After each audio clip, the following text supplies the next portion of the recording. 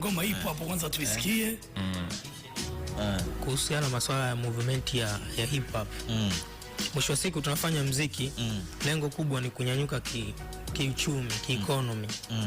Sasa watu wamekuwa na zana tofauti tofauti. Lengo kuu kinachotakiwa msanii kama msanii, kabla kuengage na muziki, wewe mwenyewe inabidi uwe na kazi. Muona da boy.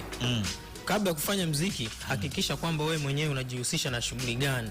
Yaani hip hop ni kuimba pamoja na kupambania kombe katika nyanja tofauti tofauti.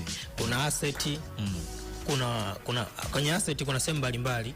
Unaweza kujiengage na agriculture, mambo mengine biashara, kuna designer, kuna watu wanauza mitumba, watu wana nani. Kwao tunapofanya muziki, wasanii wengi wafanye kazi. Yaani wao ni wana kuchili tu, wana mmoja mbili tatu. Kwa mwisho wa siku yani hip hop ni pamoja na kupambana wewe kama wewe. Ndio maana kuna watu wamesoma, umeona? Lengo kuu ile ni hip hop, kasoma ili apate knowledge, mwisho wa siku anapata kazi.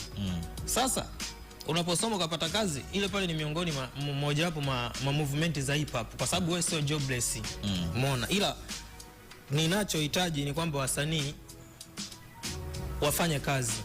Yani tegemea muziki, pia jihusishe na shughuli zingine. Ndio maana kuna wasanii wengine wanaacha game, wanajihusisha na masuala mengine. Kwa ujumla tufanye hip hop, afu tufanye sana na kazi. For real. Hata management ili kufuate inahakikisha kwamba wewe mwenyewe jisupport kabla hujasupportiwa. For real. For real.